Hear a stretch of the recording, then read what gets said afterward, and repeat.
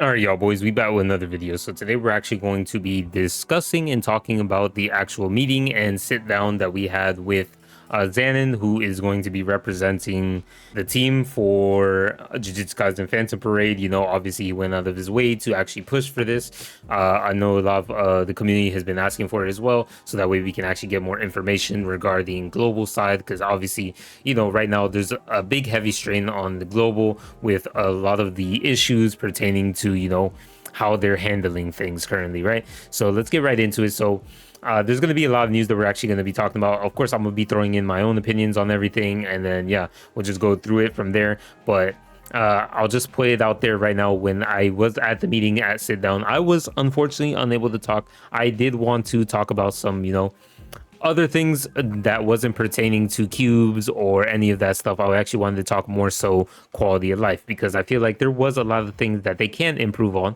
that they don't necessarily need the JP version to do. They should just improve it because it's better overall for the game, right? Now, you know, like things like a retry button, etc. You know, these are just examples. I'm just saying overall, there's definitely things. I'm not going to say it all because I will plan to, you know, mention it on the next sit down to them, or whenever I get the chance to actually, you know, see if they can actually make some changes regarding quality of life. Because obviously, as a person who's been playing JP for roughly a year, there is some things that need to be touched on, like, you know, maybe like bonds, etc. When you're claiming bond, like, I don't know why you have to do it single-handedly. It should be a claim all button. It's just ridiculous. But yeah, anyways, let's get right into it. Aside from what I wanted to say, let's talk about what all the other content creators asked. So like people like Lemulu TV, Giku, Sukure, I think it was Masenk. Apologize if I, you know, called it wrong. I believe it was that, and even Pain Blade, and there was like probably like one or two more that I'm not remembering on the top of my head. They all were able to actually speak with Xanon and give their own opinion and thoughts, and of course some of the feedback that they've gathered from the community regarding the actual game and how it's doing currently. Let's start off with a lot of the main questions on what we're asked, which is the scheduling for global and how it's planning to go forward, right? So Zen essentially said that the schedule for global will most likely be different from JP. Well, in his words, it will be deviating from the JP version. So depending on what kind of, you know, game modes we have, because they are planning to drop tower a lot sooner than later, so that way you're definitely going to need some specific characters to actually be able to do that. You know, characters like Mahito, you know, a lot of the more potent and strong powerful ones, you know, SSR Yaga, etc. Now these are just examples. These aren't the ones that I'm saying are going to release, but these are definitely the ones that you might need to actually do towers. So they're going to be releasing a lot of characters a lot sooner than normal, to actually, that's essentially the indicator that, you know, they're not going to be following the JP timeline, which means we are kind of in the dark on how we should be saving our resources. But the good thing is, if you're a global player, you do have the knowledge, well, at least from me, you'll get the knowledge of what characters are going to be valuable in pulling, because like I said, I played the JP version for a very, very, very long time, so I know extensively, not based off of tier list, I know extensively off of actually playing the game, right? Not just using on paper, etc. This is like me just playing through the course of the entire year of what's being used and what's not being used, so I can actually, you know, guide you on characters that are definitely going to be usable and still are very powerful till this day, that you will use very often. So just stay tuned for that. Now, they, like I said before, they're going to make sure that tower is going to be coming soon, but he can't give any information. Soon is very vague. Soon can be 1 month from now, soon can be 2 months from now, soon could be tomorrow, but we don't know when that's going to be. And I think don't need to be optimistic on when it's going to come. Just assume that it's going to come before half year anniversary. That's about it. That's all I can say personally. Now, Zen was mentioning something about codes and bugs, and that's a lot of the reason why they can't do certain specific things. Now, I feel like this is just yapping overall. Like, this is just information that they're just kind of using as like a scapegoat or an excuse, right? So that way they don't have to say something, or, you know, kind of like keep the backlash to a minimum, or, you know, like kind of like the perception of how what people think of it. So like if you just say it's just code and bugs, you're like, oh, okay, then it's acceptable. But I think that's just an excuse, a scapegoat essentially. I don't think there's really that many codes or bugs that are affecting the game severely that you can't implement certain things. That's just ridiculous, even if you have a spaghetti code. Next thing is going to be the pity transfer, which is confirmed to come to global sooner than the JP schedule. So we should be getting it fairly sooner than later. It could be in a month again. Like I said, it could be in a month, it could be 2 months. We do not have an exact date for it, but there is one thing I want to do clarify, because people, when they read this and just assume, okay, pity transfer, well, no, it's not exactly a pity transfer. It is, but it isn't. So how it functions, and remember, I want to say this before I actually get into it, is they said that they aren't going to be changing up too much compared to JP. They're going to be following in their footsteps in terms of content, features, etc., which means even the pity transfer system is most likely going to be the exact same as it is on JP. Now, let's kind of just talk about how it functions, because it's a little bit quite different, right? So as you know, every time you summon on the banner, you get points, right? Every single gets you 1 point, and then obviously a multi will get you 10 points, and then obviously 250 will get you the pity for the character, and then 120 will be the pity for the memory. Now, how a gacha point charge card system, which is the new pity transfer system, how it works is every 2 points that you have, you can convert into 1 point into the gacha point card. So you can charge it up to 100 points, right? Which means you need to do roughly 20 multis to be able to do that. And then once you do that, you'll have 100 points in your card, and whenever another banner comes, you can put 100 points into that banner, and that's it. You cannot put any more. The maximum capacity of how many points you can put onto a different banner is only 100. So if I summon on Toji and I do 200 summons, and I convert all those points into the card, I will have 100 points in the card. And whenever I go to another banner, let's say Domain Expansion Gojo, whenever I'm going to summon on his banner, okay, well, I need 250 points to get him, right, from pity. Well, I can use the gacha point charge system, and boom, I'll have 100 points already to start off with. So the ratio is 2 to 1, right? So you're going to be, for every 2 pulls you do, you get 1 point essentially for a different banner. So it's not the best. It's still kind of a bit half-assed, but it kind of works. It's a little bit difficult to say, because I feel like if you spend money, it's not that very difficult to achieve. But if you're a free-to-play player, I feel like you're going to definitely feel these strains from actually having this gacha point charge system, because that means for your pity to actually transform over and actually matter, it means you still have to do quite a bit of actual pulls, like literally 20 multis to actually get 100 points to actually transfer that to a different banner to actually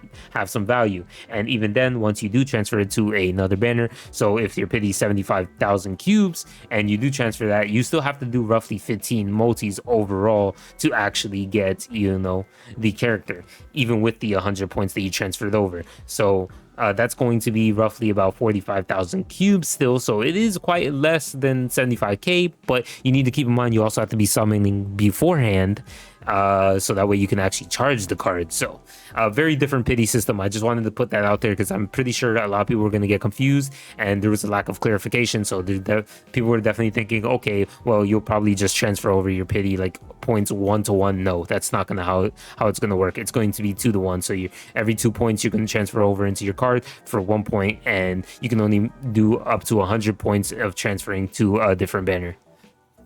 Now, next up, JP is going to be the main content creator, where they're going to be creating all the content, and then Global is essentially going to be the copy paster, where they're going to copy everything that JP has and then put it onto Global, which means Global will not be making any exclusive modes, content, etc. Nothing like that.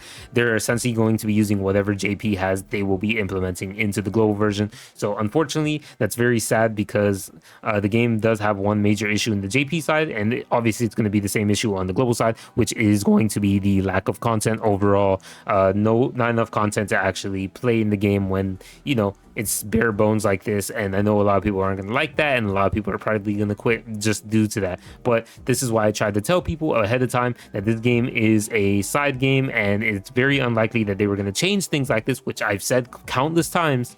And yeah, like, just quit while you're ahead. If you don't want it to be just a side game, something that you just play on the side, and you want it to be like a game that you play constantly and all the time because you really love JJK, this game is not going to be like that, not anytime soon, right? You're going to have to wait until they add more content overall.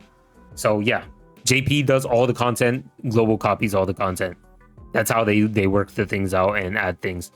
Global, though, however, can schedule content to be released faster or slower, etc., because their release date doesn't matter as long as you can just pull the actual coding of all the stuff that's already been created, all the content that's already been there, events, etc.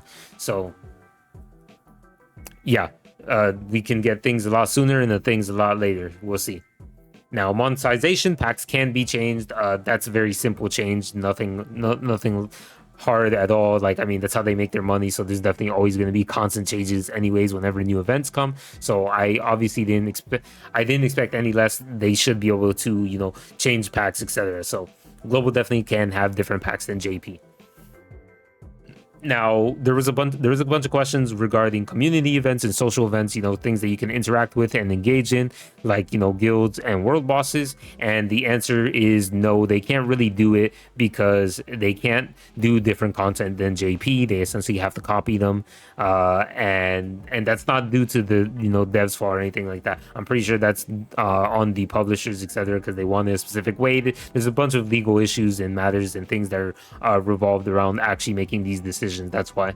But they did say that they do plan to have kind of a similar guild feature where you know, you'll be able to link your Discord with your actual game account, and you will have, I guess, makeshift guilds inside the Discord where you can actually get rewards, etc., and things like that when, you know, you're doing things like that. Unfortunately for me, I'm not really too interested, or I don't feel really appealed about it, because I would prefer it if it had easier accessibility, like, you know, in game. But like I said, they're not going to be doing anything different than JP, so that's not going to happen. So guilds and all that stuff, they're just, if you're trying to do like things with that you interact with the community with, you're just going to have to go to the Discord and participate in the community events, unfortunately. So no guilds as of yet, or no world bosses until JP decides they want to put it in.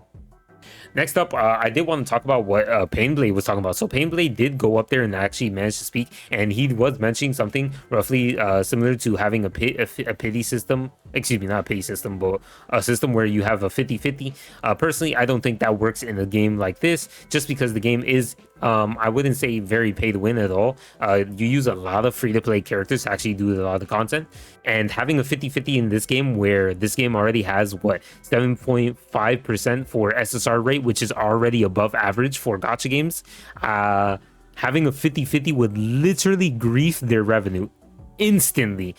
People would need to spend even less, way so less, that it will be so free to play for people that they would not be making any profit. And then I've seen countless games die like that because they make it too free to play and they don't make any good value packs to actually worth spending on, right? Realistically, I don't want the same for the Jujutsu Kaisen, so I don't really think the 50-50 is a good idea, especially in the game with like 7.5% SSR rate. Like that's extremely high. Having a 50-50 on that, like the first multi I'll probably get an SSR already, and now you're telling me in like the next two multis I'll probably get another SSR, and it's going to be the guaranteed character. Like, no, that definitely shouldn't be the way that this game is going to be structured.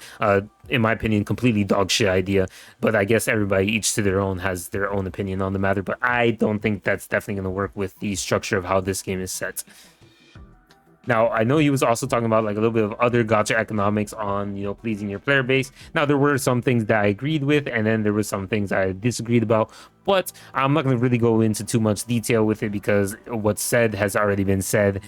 We'll just have to wait for the next community sit down. Plus, I don't want to, you know, extend this video any longer than it needs to be. I think it's going to be a fairly decent length already, so just having it any longer is just too much. We could literally rant about things about how the game is working and, you know, handling things for like another 3 hours if we really wanted to, but we aren't going to be doing that. Anyways, that's my opinion on all of this, and, you know, essentially what everybody has already asked in terms of questions and what we got as answers. One thing I do want to say also is I do appreciate Xanon for actually pushing for this community sit down, because, you know, the feedback is appreciated, so that way we can actually better the game and, you know, we have a bigger player base, etc., and the game lives a long and healthy life. So yeah, Zan's doing God's work right now, doing all that, but I really hope that they managed to get a dev down here instead, because the dev can actually answer our questions and not give us vague answers. Xanon only has so much information and so much he can actually talk about. We just can't really expect him to give us too much. So we didn't really get that much information out of the meeting slash sit down.